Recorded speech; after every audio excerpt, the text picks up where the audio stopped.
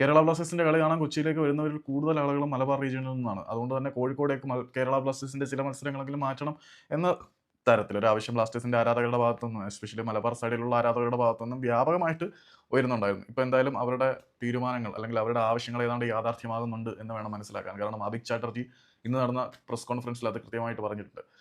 കോഴിക്കോട് വെച്ചിട്ട് കേരള ബ്ലാസ്റ്റേഴ്സിന്റെ കുറച്ച് മത്സരങ്ങൾ നടത്തുന്നത് ഞങ്ങൾ വളരെയധികം പോസിറ്റീവായിട്ട് ആലോചിച്ചുകൊണ്ടിരിക്കുകയാണ്. അധികൃതരും ഇതിനോട് അനുകൂലമായിട്ടുള്ള ഒരു മനോഭാവം തന്നെയാണ് പ്രകടിപ്പിച്ചിട്ടുള്ളത്. പക്ഷേ ഇൻഫ്രാസ്ട്രക്ചർ ഫെസിലിറ്റി ഉൾപ്പെടെയുള്ള ചില കാര്യങ്ങൾ കൂടി തീരുമാനമാവേണ്ടതുണ്ട്. അത്തരത്തിലുള്ള കാര്യങ്ങൾ തീരുമാനമാവുകയാണെങ്കിൽ കേരള ബ്ലാസ്റ്റേഴ്സിന്റെ കുറച്ച് മത്സരങ്ങൾ പൂർണ്ണമായിട്ടും കൊച്ചി വിട്ട് കോഴിക്കോടേക്ക് പോകില്ല. ബ്ലാസ്റ്റേഴ്സിന്റെ കുറച്ച് മത്സരങ്ങളെങ്കിലും കോഴിക്കോട് വെച്ച് നടത്തും എന്ന് പറയുമ്പോൾ ഇതിന്റെ പിന്നിലെ മറ്റൊരു ലക്ഷ്യം കൂടിയുണ്ട്. കാരണം ഗോകുലം കേരള എഫ്സിയും മലബാറിയൻസും അവിടെ വളരെ വലിയൊരു ആരാധക വൃന്ദം കെട്ടിപ്പടുക്കുന്നുണ്ട്. അത് ബ്ലാസ്റ്റേഴ്സിന്റെ ആരാധക കൂട്ടത്തിന്റെ ഇടിവിന് കാരണമായി മാറുമോ എന്നൊരു സംശയമുണ്ട്.